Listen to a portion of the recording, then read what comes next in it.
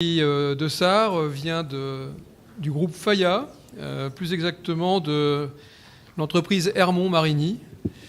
Et il va donc nous parler des nouvelles tendances des matériels pour accompagner l'envie de recyclage à fort taux, voire même à très fort taux. Donc Thierry a une longue carrière chez Hermont. À peu près peut-être aussi longue que la mienne chez Colas. Voilà. Donc Thierry, c'est à toi. Montre-nous comment va le matériel, et comment le matériel va nous aider à faire du recyclage à fort taux, en limitant les émissions, et puis en essayant de préserver le vieux bitume qui est dans l'agrégat d'enrobé. Voilà. C'est à toi. Merci, Monsieur le Président. Bonjour, bonjour à tous, bonjour à toutes. Donc effectivement, je vais vous faire un petit aperçu des évolutions des technologies de recyclage à chaud et tiède, contrairement aux technologies à froid en Europe ces dernières années. Donc on va parcourir quelques chiffres de l'EAPA qui datent de 2016 au niveau du recyclage à chaud en Europe, les technologies de recyclage historiques, les technologies historiques pour les très forts taux, les enjeux du recyclage à très fort taux, les derniers développements pour les très forts taux de recyclage, et on aura une petite conclusion. Donc au niveau du recyclage en Europe, ça ce sont les chiffres de l'EAPA, je précise bien, de 2016, qui correspondent à ce qui est recyclé en installation, en usine d'enrobé à chaud. Donc ce que l'on peut voir, c'est qu'on a la Hollande qui se démarque avec un taux compris entre 35 et 40%, donc qui est loin devant tout le monde. On a l'Allemagne qui se situe au-delà de 25%. On retrouve ensuite la Belgique, le Danemark, la Finlande et la Suède qui sont entre 15 et 20%. Et ensuite, on a la France et l'Angleterre qui sont entre 10 et 15%. Et ensuite, on trouve tous les autres pays qui sont sur des taux qui sont inférieurs. Juste pour information, ces taux, c'est des taux moyens pratiqués à l'année. Alors, au niveau des technologies de recyclage historique, on va pouvoir voir qu'il existe de nombreuses solutions, aussi bien en solutions continues que discontinues, pour les moyens taux, c'est-à-dire jusqu'à 35%, pour les forts taux, jusqu'à 50%, et pour les très forts taux, jusqu'à 70%. Alors, ces schémas sont extraits d'un guide sur le recyclage qui a été fait pour l'IDRIM afin de vulgariser en fait les différentes solutions de recyclage qui sont communément utilisées en France mais aussi en Europe. Alors, ce que l'on peut voir, c'est qu'ici, pour 35%, on a de nombreuses solutions en continu avec des solutions, des techniques courant parallèles, des solutions continues à contre-courant avec malaxeurs séparés, des solutions avec tambour avec tubes concentriques qui nous viennent des États-Unis à contre-courant, solutions à contre-courant avec malaxeurs soit intégrés soit externes, et solutions continues toujours avec double tambour plus malaxeur continu séparé. Ensuite, toutes ces solutions permettent de faire des taux de recyclage moyens. Ensuite, quand on va vouloir monter en taux de recyclage, les deux premières technologies vont nous limiter, et donc on n'aura plus que les trois dernières technologies qui vont nous permettre de faire des forts taux de recyclage jusqu'à 50%. Et dès qu'on parle du très fort taux de recyclage, là, on n'a plus qu'une technologie qui est disponible dans les technologies historiques, qui est celle avec un tambour parallèle dans lequel sont séchés les agrégats d'enrobé. Alors à présent, pour les solutions discontinues, on a aussi de nombreuses solutions. Solutions avec introduction directe au malaxeur, solutions avec anneau de recyclage, solutions avec tapis enfourneur, avec tapis lanceur, avec pied d'élévateur. De nombreuses solutions qui nous permettent de faire des taux moyens certaines de ces solutions, ça va dépendre aussi des humidités des agrégats d'enrobés. Ensuite, quand on va réfléchir pour les forts taux de recyclage, on a deux solutions qui sont disponibles. Une qui consiste à combiner l'introduction dans l'anneau de recyclage et dans le malaxeur, et l'autre qui consiste à avoir un tambour parallèle dans lequel on vient sécher tous les agrégats d'enrobés.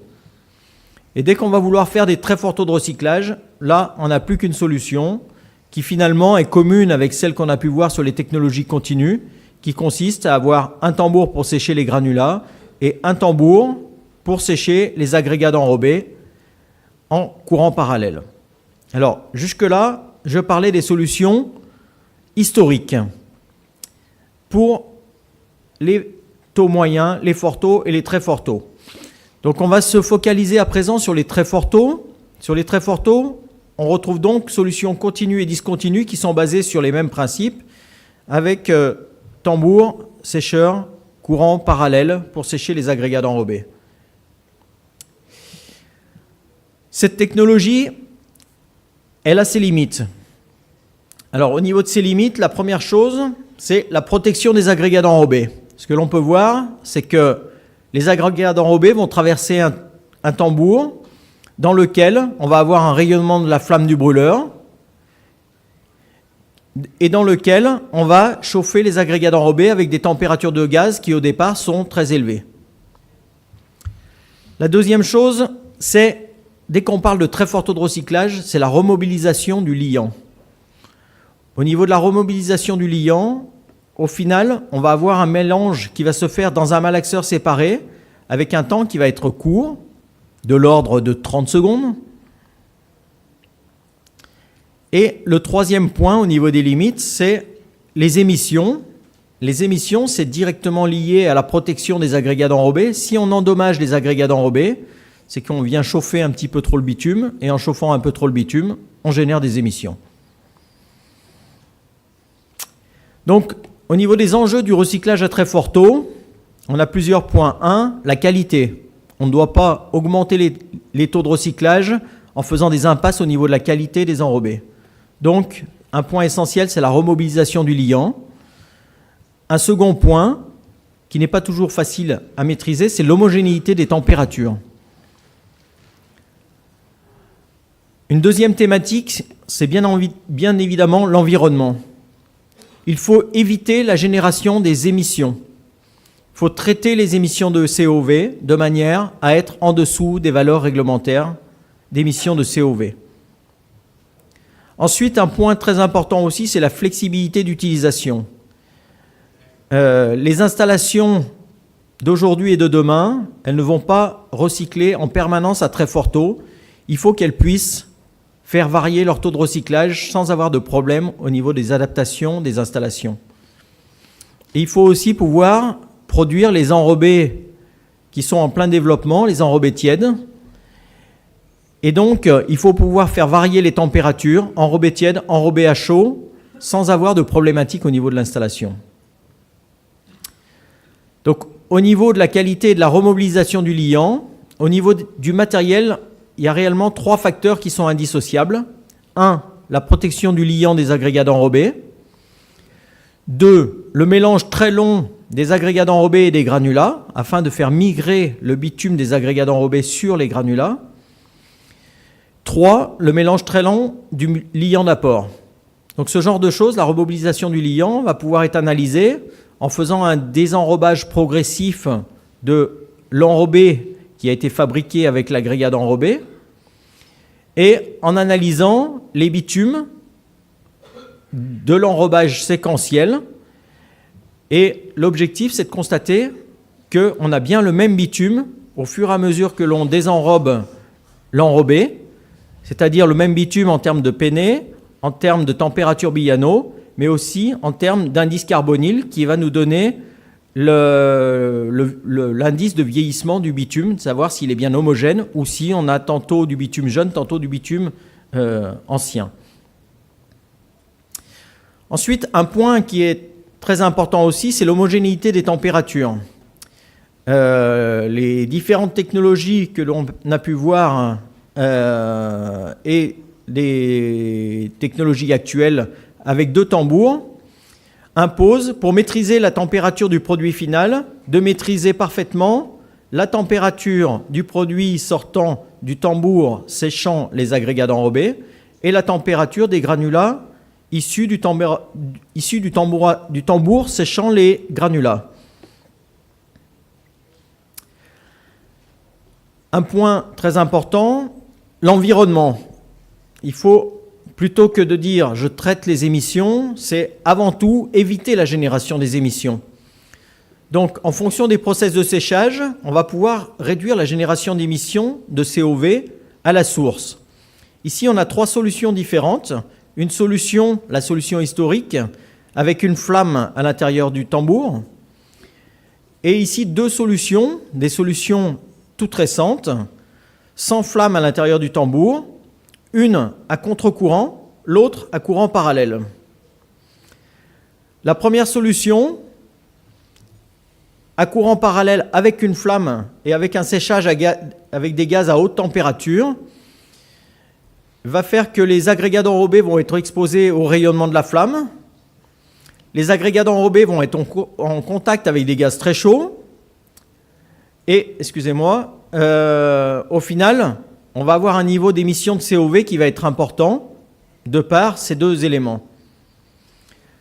La deuxième solution, le séchage à contre-courant sans flamme, avec des gaz à température modérée. Donc là, on va procéder avec une technologie de générateur d'air chaud, de manière à avoir des températures qui soient inférieures, on va dire de l'ordre de 600 degrés. Et dans ce cas, vous voyez que l'agrégat d'enrobé circule à contre-courant. Il sera en contact, déjà on n'aura pas de rayonnement de flamme. L'agrégat d'enrobé ne sera jamais en contact avec des gaz très chauds, puisqu'on a abaissé la température des gaz. En revanche, l'agrégat d'enrobé, lorsqu'il est décohésionné, c'est-à-dire au moment où il est chaud et qu'il va quitter le tambour, il va quand même être en contact avec des gaz qui sont à température modérée. Mais en tout état de cause, ici, on aura déjà bien réduit la génération d'émissions de COV à la source.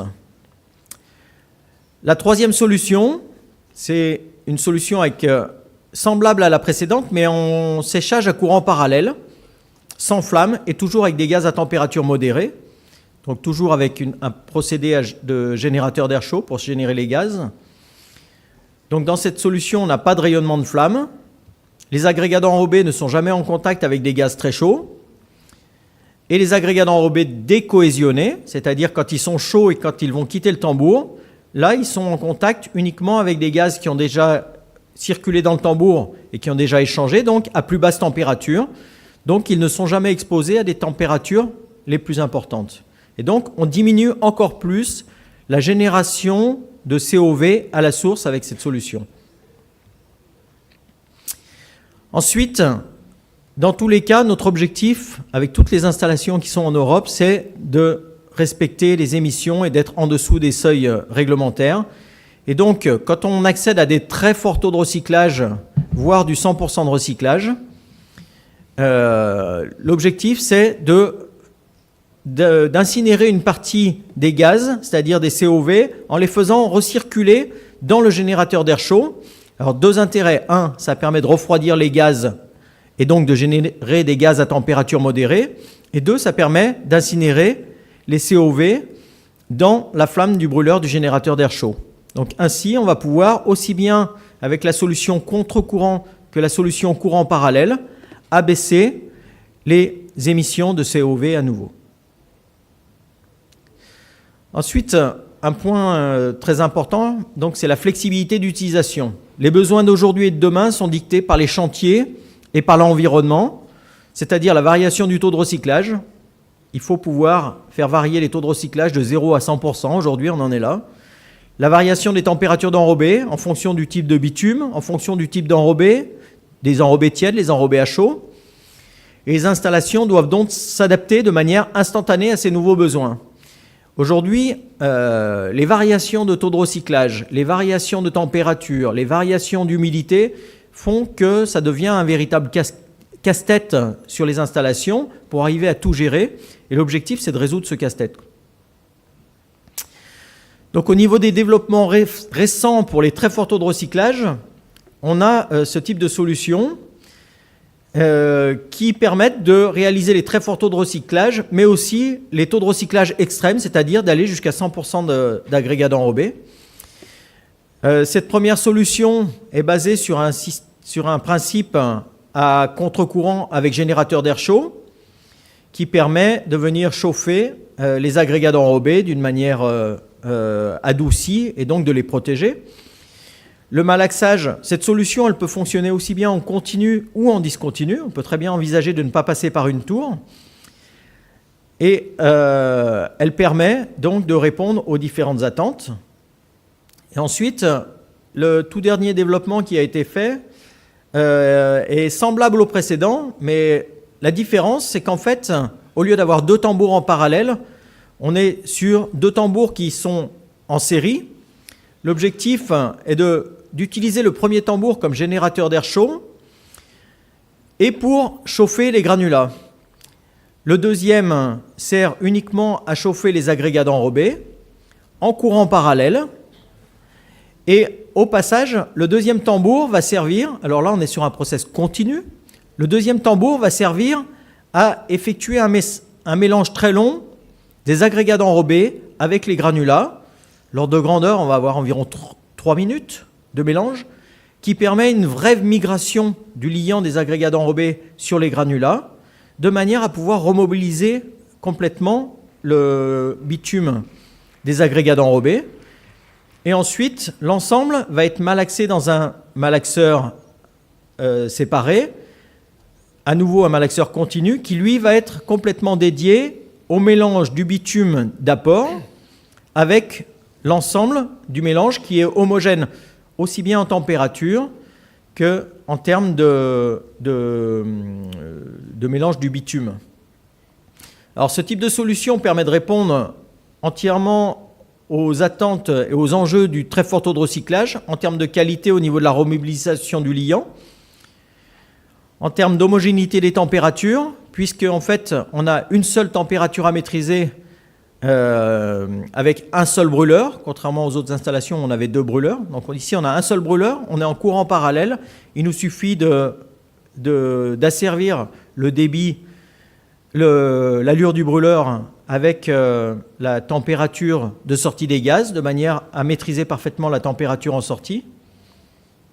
En termes d'environnement, cette solution aussi, elle permet d'éviter la génération des émissions à la source. Elle permet aussi de traiter les émissions de COV quand on est à très fort taux de recyclage en faisant recirculer une partie des gaz dans le générateur d'air chaud. En termes de flexibilité d'utilisation, elle permet de faire varier le taux de recyclage réellement de 0 à 100%, alors qu'une solution avec 2 tambours, le deuxième tambour, il faut toujours qu'il ait un minimum de recyclé. Il faut au moins qu'il ait 20%, quelque chose 20 à 25%. Cette solution, elle peut partir de 0% de recyclage jusqu'à 100% de recyclage. Et elle permet, sans avoir de modification au niveau de l'installation, de pouvoir produire aussi bien des enrobés tièdes que des enrobés à chaud.